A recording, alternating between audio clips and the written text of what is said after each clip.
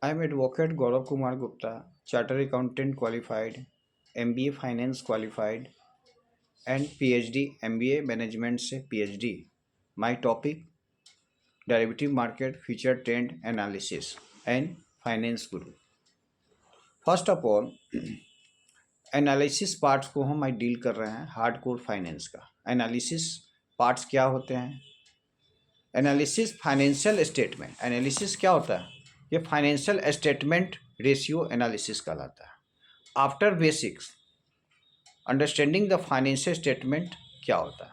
Information contain in financial statement can be analyse by different stake holder to draw inference regarding the firm's performance, vice versa, their expectation. After basic understanding of financial statement, we now turn our attention as to how information contained therein can be used beneficially for decision making by different stakeholder. इसमें financial statement ratio analysis में पहले हम balance sheet को लेते हैं, profit and loss account को लेते हैं. उसका cash flow statement contain a lot of number that can be use to draw some meaningful interference. These inference can further be used as input for planning decision making. The number of content in the financial statement carrying a host of information that can be put to use in making judgment regarding financial strength and the weakness of the firms, efficiency of past policies and remedial measures and corrective actions to be taken. उसके बाद stake share holder में it is the profit adequate होते हैं. How much dividend can be expected from the firms.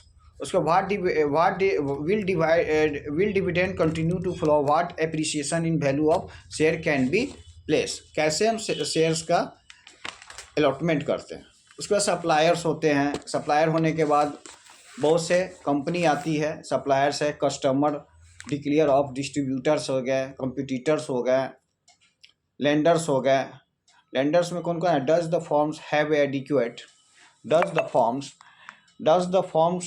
Have adequate capability service the डेप्ट of burden. Lenders के ऊपर क्या होता है? फॉर्म्स के एडिक्वेट कैपेबिलिटी पर सर्विस डेप्ट का बर्डन होता है. Does the firm have adequate assets protect the amount lent in case of default. Imply में does the firm pay adequate wages, salary and on times in the firm growing enough met their career aspirations.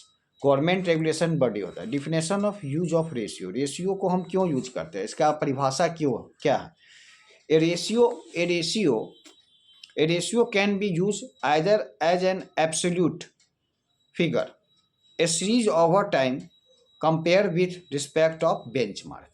एक benchmark के अनुसार हम उसको decide करते हैं, उसका ratio analysis किया जाए. रेशियो एनालिसिस क्यों करती है कंपनी या फाइनेंशियल सेक्टर क्यों करती है? रेशियो एनालिसिस से हमें ये पता चलता है कितने ब्लॉकेज कैश एडजस्टमेंट होता है, जिसमें हमको ये पता चलता है कि लिक्विडिटी मेरे पास कितना है फंड में और कितने कैश हमारे ब्लॉकेज हैं, कितने कैपिटल ब्लॉकेज हैं.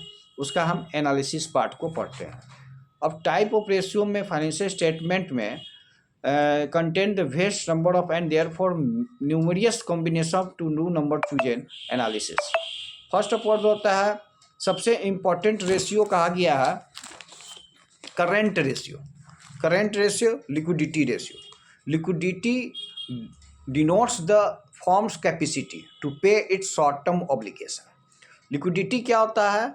हमें फॉर्म की कैपेसिटी का भुगतान करने की कैपेसिटी का पता करते हैं. ये फॉर्म कितना जल्दी में लिक्विडिटी दे सकती है, कितना जल्दी कैश को पे कर सकती है. Short term obligation on time. It depends on the level of current asset ओई बाय द फॉर्म्स. जब हम करेंट एसेट्स के लेवल पर निर्भर करते हैं तो उस फॉर्म द्वारा वो बकाया. They are 3 prominent measures of liquidity. के 3 पॉइंट्स मेजर्स है. पहला होता है current ratio, acid test ratio और कैश रेशियो. ये लिक्विडिटी का मेन पार्ट है. अब आते हैं करेंट रेशियो मीन्स होता है liquidity of the firm is gauged from the level of current assets and current लिएबिलिटीज.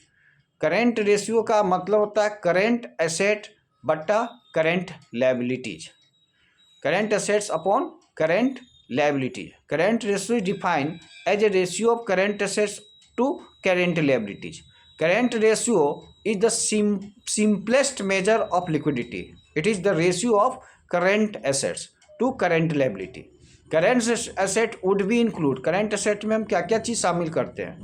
Debtors, inventories, cash, while current liabilities would include payment due to supplier of materials, service, provisions, installments of loan, fallings due to next 12 months. The balance sheet normally does not provide this information.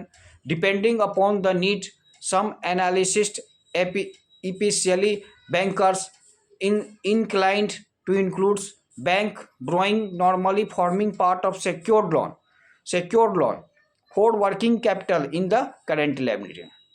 Secure loan का मतलब होता है कि जैसे कोई banker या कोई organisation हमको लोन देती है, ये सिक्योर्ड होती है कि इतना शेयर वो उतना लोन उसको रिकवरी हो जाएगा, चाहे मॉर्गेज हो गया या हाइपोथिकेशन हो गया, ये सब कंपनी क्या करती है?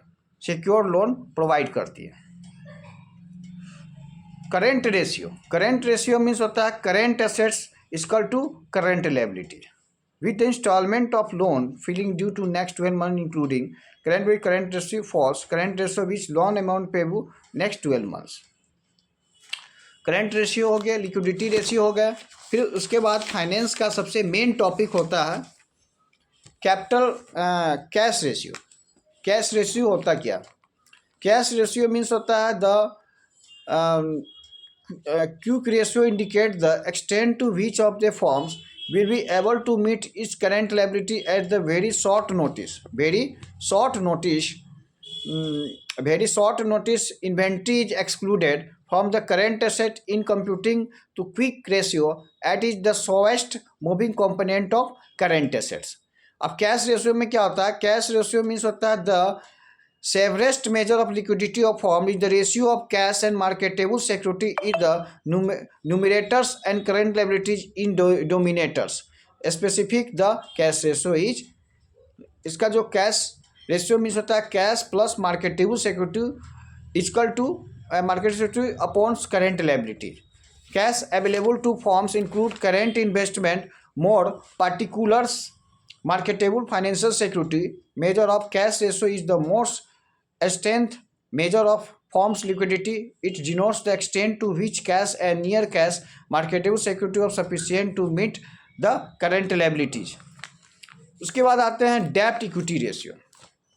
डेब्ट इक्विटी रेशियो में क्या होता है? डेब्ट इक्विटी रेशियो, डेब्ट to assets ratio, total outside liability to net worth, total outside liability to the assets, debt coverage ratio, interest coverage ratio, debt service coverage ratio, the most prominent measure of capital structure.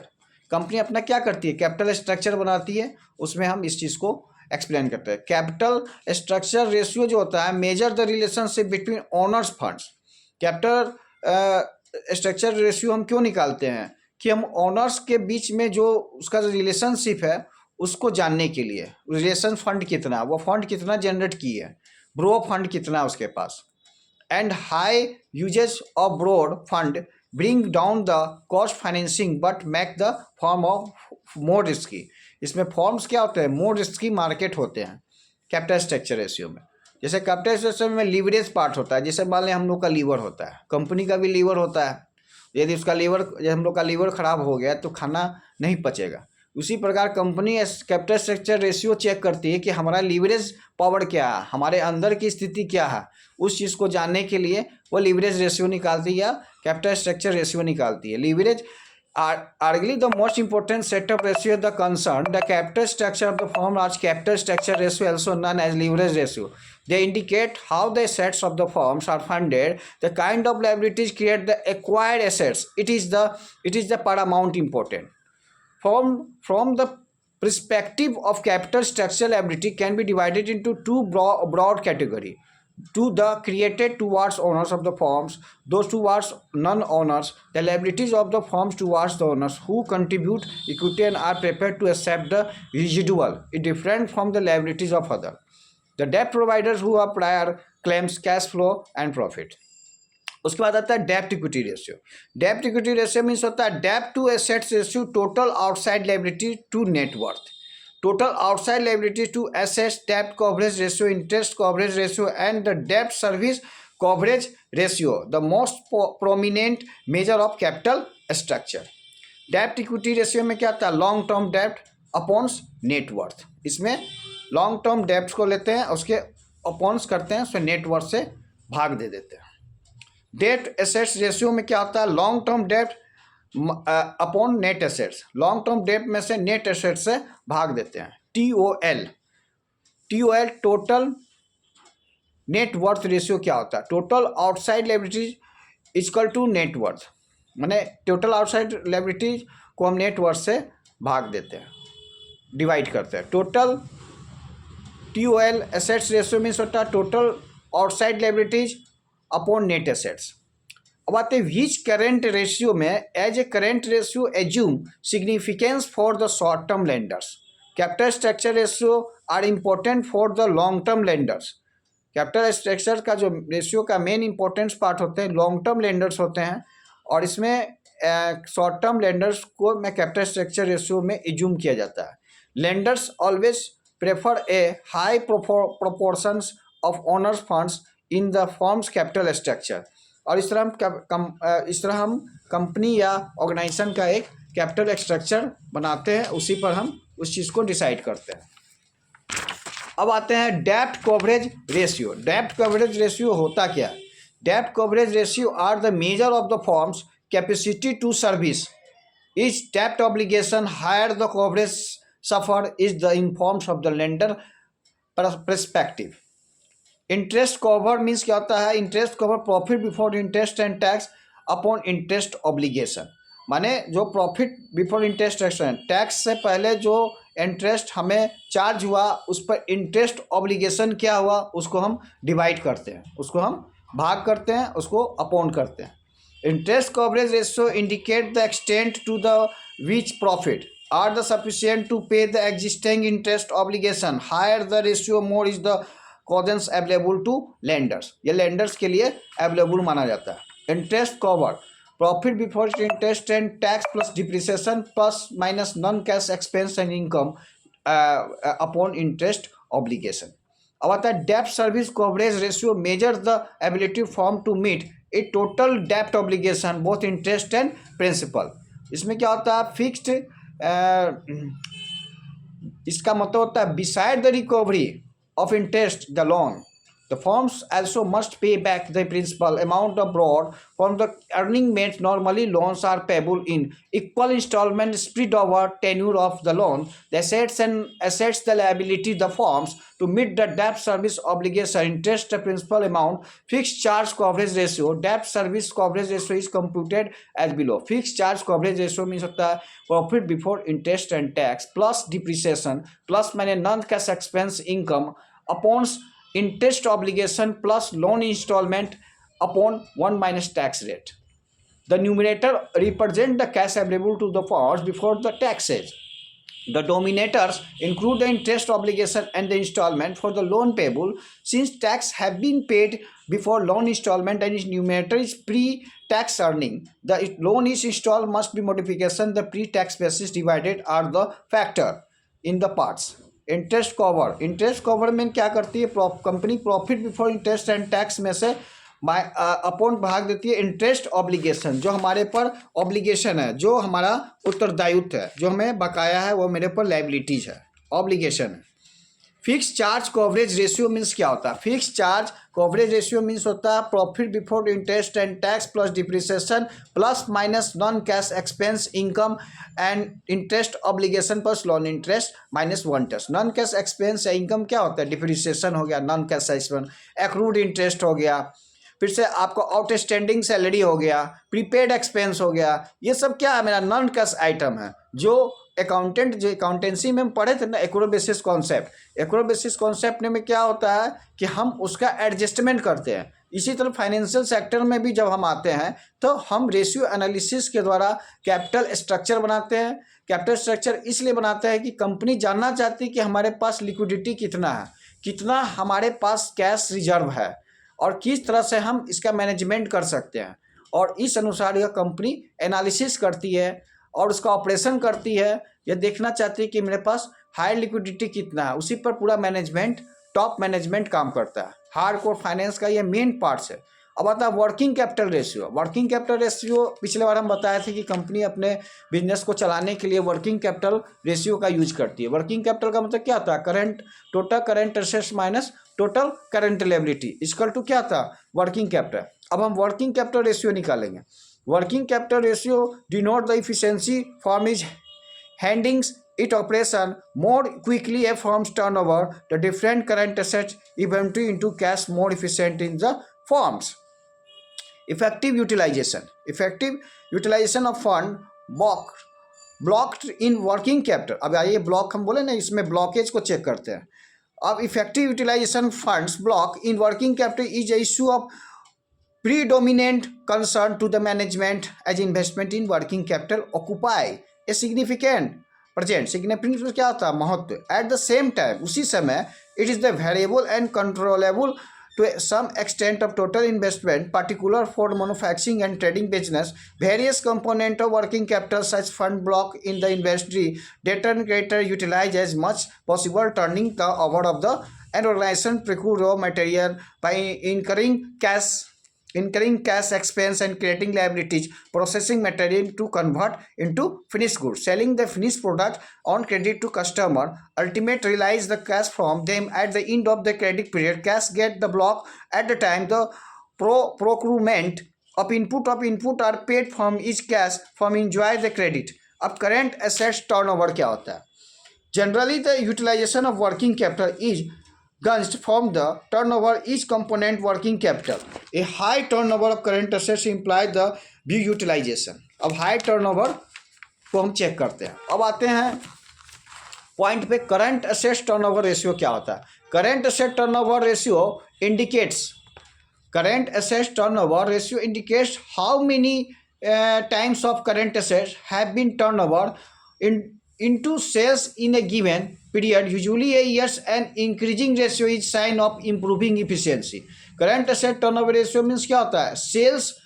Sales upon average current asset. Average current asset में क्या होता है? Total opening stocks minus closing stock equal to 2 में हम divide करते तो मेरा average current assets निकल जाता है। Current assets turnover computes the how many times the current assets are turn over in year. This can easily be converted into number of days the current assets get converted into cash. Current assets holding period, average current asset upon sales is गुने multiply 365 days. 365 days से हम उसको multiply करेंगे। अब a related measure is the current assets holding period. There is an inverse relationship between current assets turnover and holding period. Net current assets turnover. Net current assets turnover का मतलब होता है net current assets turnover ratio expense the relationship between the sales and long term finance component of current assets. A very high ratio for given current assets turnover indicate low current ratio, poor liquidity. इसमें क्या होता है? Sales upon average net current. This can be also be expressed at a equivalently as follow: net current assets holding period, average net current assets upon sales गुने 365 days. The current assets turnover and the net current assets turnover CMC form the year 2000 to calculate the below. Current assets turnover ratio sales upon average current assets होता है। अब आई inventory ratio. Inventory ratio हम क्यों निकालते हैं? Inventory ratio express the relationship between cost of goods sold. माल बेचने में जो हमको लागत लगा उसको हम cost of goods sold and inventory. Inventory means होता है स्टॉक और कॉस्ट ऑफ गुड्स सोल्ड के बीच जो हमको लागत लगा उसके बीच के it denotes the efficiency in inventory management and increase ratio significant better inventory management. Inventory turnover ratio means होता है cost of goods sold upon average inventory. Inventory holding ratio average inventory पर cost of goods sold equal to 365 days. उसके बाद आते हैं inventory holding period. Holding period क्या होता है? Denotes the self life of inventory if share and the inverse relationship with inventory turnover. Work in progress turnover ratio, cost of production average upon average work in progress inventory. Finish goods turnover, cost of sales, average finish goods inventory.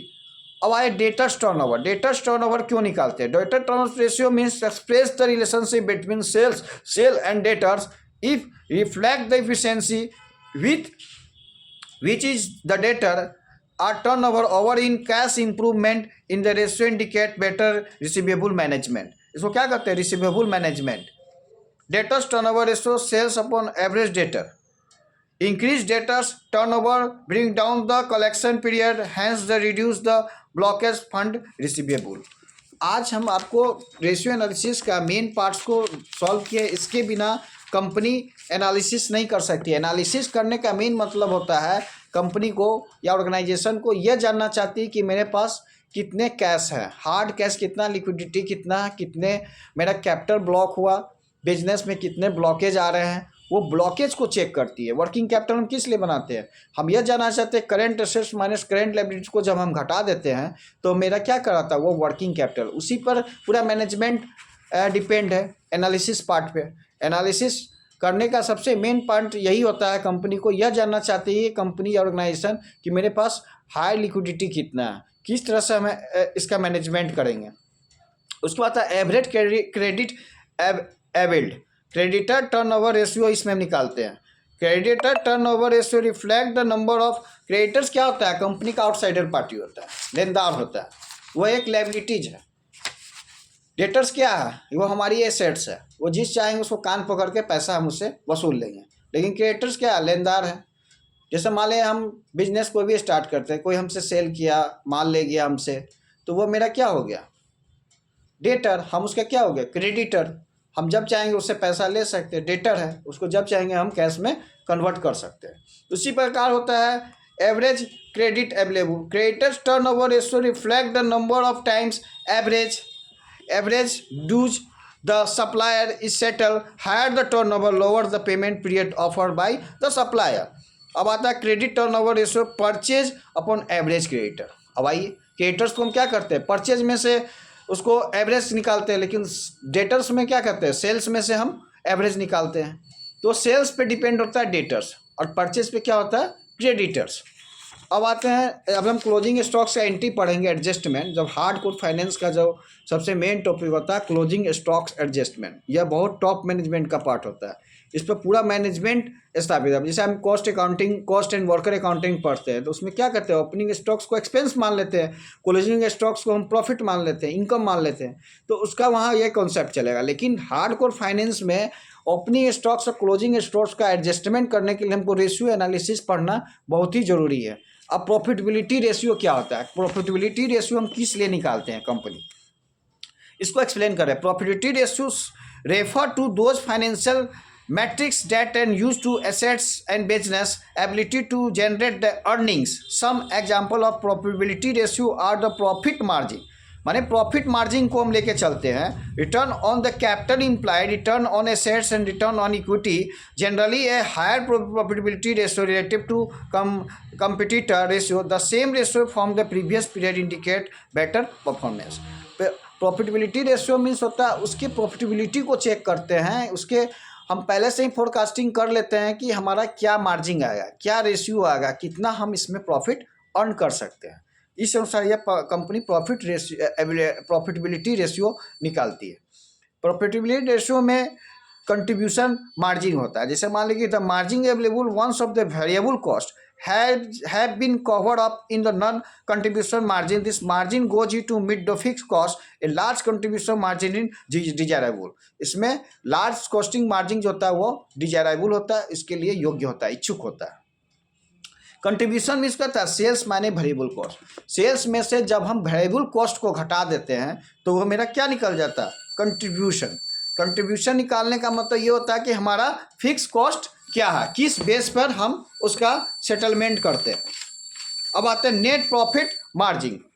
Net profit often reference as the bottom line arrived by the taking revenue and adjustment them the cost of doing business, depreciation, interest, tax and other expense. Net margin and percentage sale reflect overall profitability of business। Return to capital. अब अगले chapter में हम explain करेंगे ROC क्या होते हैं, return on capital ROE क्या होते हैं, इस पर पूरे मैनेजमेंट्स को हम फॉलोअप करते हैं। और Indian institute of chartered accountant ने एक संशोधन किया, अमेंडमेंट किया है मार्केट वैल्यू और बॉन्ड वैल्यू रेशियो में। इसके लिए हम बुक वैल्यू पर share net worth equal to number of share. कल हम डिस्कस करेंगे मार्केट वैल्यू और बुक वैल्यू रेशियो होता क्या है, शेयर होल्डर्स मीटिंग्स होते क्या है, कंपनी एक्ट 1956 में आरओए का क्या रोल होता है, जब कंपनी इंसॉल्वेंट की स्थिति में जाती है उसमें कंप्लायंस किस प्रकार से फॉलो किया जाता है, रूल रेगुलेशंस क्या होते हैं। रूल रेगुलेशन में कंपनी दो रूल रेगुलेशन बनाती है, सब्सटेंस ऑफ फॉर्म्स क्या होते हैं, उसके बाद इंटीग्रिटी क्या होते हैं, explanation of right of easement क्या होता है। इस बेस पे हम कंपनी को कैसे एनालिसिस करेंगे, कंपनी के आर्थिक इकोनॉमिक कंडीशन को जानने के लिए किस प्रकार से कंपनी मर्जर एक्विजिशन को ट्रीट करती है। शेयर होल्डर्स मीटिंग, जब एनुअल जनरल मीटिंग कंपनी का जब एनुअल जनरल मीटिंग होता है उस समय कंपनी शेयर होल्डर्स को किस रेशियो में प्रॉफिटेबिलिटी इंडेक्स नंबर निकालती है। बहुत तरह के प्रोसीजर है इस चीज़ को जानने के लिए। हार्ड कोर फाइनेंस को जानने के लिए ratio analysis is the very important part of the financial sector. जब तक हम रेशियो एनालिसिस का ढंग से स्टडी नहीं करेंगे तब तक हम फाइनेंस के बारे में ABCD कुछ नहीं जान पाएंगे। तो फाइनेंस को जानने के लिए सबसे पहले हम उसके ब्लॉकेज को चेक करेंगे, डेब्ट और इक्विटी का मिश्रण को चेक करेंगे, कितना दूध है कितना पानी है, उसके हर एक पॉइंट्स को चेक करेंगे। इस अनुसार से हम कंपनी के हर एक एनालिसिस पार्ट को सीखते हैं। जिस तरह डॉक्टर होता है ऑपरेशन करते हैं, उसी प्रकार यह रेशियो एनालिसिस जो चैप्टर है फाइनेंस का, यह एक ऑपरेशन पार्ट है। इसको समझना पड़ेगा। इसको जानने के लिए आपको हार्ड कोर फाइनेंस के लिए, जहाँ से चार्टर अकाउंटेंट बड़े बड़े फाइन इन्वेस्टर को सोचना बंद करता है, वहाँ से हार्ड कोर फाइनेंस स्टार्ट होता है। इसीलिए हार्ड कोर फाइनेंस का मतलब ही है hard core finance. Very important topic, पूरे वर्ल्ड में सबसे इसका टफ सिलेबस है, सबसे हार्ड एंड फास्ट सिलेबस है। 38 घंटा इसका एग्जामिनेशन कंटिन्यू होता है, 38 आवर्स। ये एग्जामिनेशन पूरे वर्ल्ड में सबसे हाई इन्वेस्टर, सबसे बड़े बड़े फाइनेंशियल इसको देते हैं एग्जामिनेशन। और इसका एग्जामिनेशन इतना आसान नहीं है, बहुत ही हार्ड एंड फास्ट है। इसलिए इसको पढ़ने के लिए, फाइनेंस को समझने के लिए आपको बहुत मेहनत करना पड़ेगा। कम से कम एक दिन में 18 घंटा आपको कंटिन्यू पढ़ना पड़ेगा इस चीज़ को जानने के लिए। This is the deep study, not the, इसको टॉप मैनेजमेंट का पार्ट है। इसलिए फाइनेंस को जानना है तो फाइनेंस के बारे में आपको हर एक एनालिसिस पार्ट को जानना पड़ेगा। डेटर्स क्या होते हैं, इक्विटी क्या होते हैं, प्रेफरेंस होल्डर्स क्या होते हैं, स्टॉक मार्केट का नॉलेज होना चाहिए, अकाउंटेंसी का नॉलेज होना चाहिए, ऑडिटिंग का नॉलेज होना चाहिए, कॉर्पोरेट लॉ का नॉलेज होना चाहिए, आपको लॉ के पर पूरा कमांड होना चाहिए। आज कंपनी एक्ट 1956 में क्या अमेंडमेंट आया, हर एक पार्ट्स को जानना पड़ेगा। एक एक पार्ट्स को आपको समझना पड़ेगा। डेटर्स क्या होते हैं, क्रेडिटर्स क्या होते हैं, स्टॉक होल्डर्स क्या होते हैं, इन्वेंट्री पार्ट्स क्या होते हैं। पूरे चीज़ को जब तक आप जानेंगे नहीं, डीपली नॉलेज नहीं लेंगे, तब तक आप फाइनेंस पे पकड़ नहीं बना सकते हैं। फाइनेंस को पकड़ बनाने के लिए आपको कम से कम 18 घंटा पढ़ना पड़ेगा। मैंने 10-10 घंटा, 12-12 घंटा स्टडी किया फाइनेंस के बारे में। तो आज मैं फाइनेंस का 100% में 50% जानता हूँ, उससे ज़्यादा नहीं। That's all. अगले चैप्टर में मैं आपको डिस्कस करूँगा कंपनी एक्ट 1956 क्या होता है, उसको मैं एक्सप्लेन करूँगा। I am Gaurav Kumar Gupta, advocate and charter accountant and MBA finance qualified. That's all.